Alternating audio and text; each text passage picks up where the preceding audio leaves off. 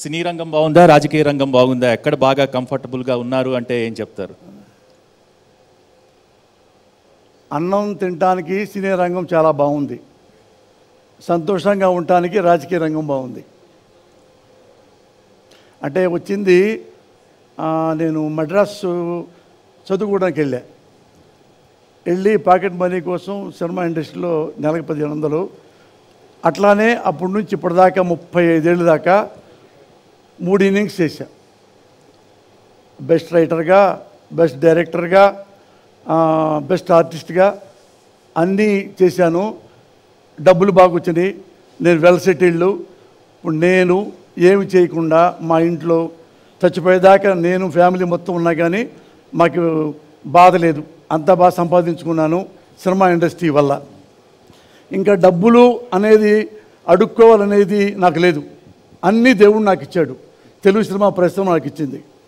అందుకని సినిమా పరిశ్రమ గురించి నేను బెంగపడాల్సిన అవసరం లేదు, అన్నీ నాకు ఇచ్చింది. నేను కూడా ఇన్ని రకాలుగా బెస్ట్ ఆర్టిస్ట్గా వచ్చాను, నంది అవార్డు వచ్చింది, సేమ్ బెస్ట్ డైరెక్టర్గా ఆపరేషన్ దుర్యోధన లాంటి సినిమాలు తీశాను, రైటర్గా మీకు తెలుసు. ఇంకా దేనికి నేను లోపడాలి, దేనికి కంగారు పడాలి అనేది లేదు. అదైతే నాకు అది గాడ్ గిఫ్ట్. ఇక ఈయన పాలిటిక్స్ అంటారా, politics nothing but service.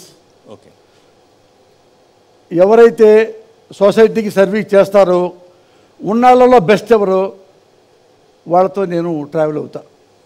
Simple అంతే. వాడు ఎవరు, వాడు కమ్మానా, కాపా, రెడ్డా, ఎస్సీయా, ఎస్టీయా ఏమనేది లేదు. ఇతను గుడ్ పొలిటీషియనా, నిజమైన ప్రజాసేవకుడా అన్ని చూసి వీళ్ళల్లో మనం ఎటు బెరామీటర్ వేయలేం కాబట్టి ఉన్నాళ్ళలో బెటర్ ఎవరు వాళ్ళతో నేను ట్రావెల్ అవుతా. ఈ రాజకీయాలు మన కోసం కాబట్టి. ఓకే, రాజకీయాలు అంటుంటాడు ఎవడో ఒకడు, ఈ మధ్య కూడా విన్నాను ఎక్కడో, ఒరేయ్ మీరు దళితులు, ఎస్సీలు, ఎస్టీలు, బీసీలు మీకెందుకురా వెదవల్లారా రాజకీయాలు అంటే అది తప్పు. రాజకీయాలు ఉన్నవే ప్రజల కోసం. రాజకీయం అంటే మరో పేరు సర్వీస్. అందుకని నాకు ఇది ఇష్టం, అది ఇష్టం.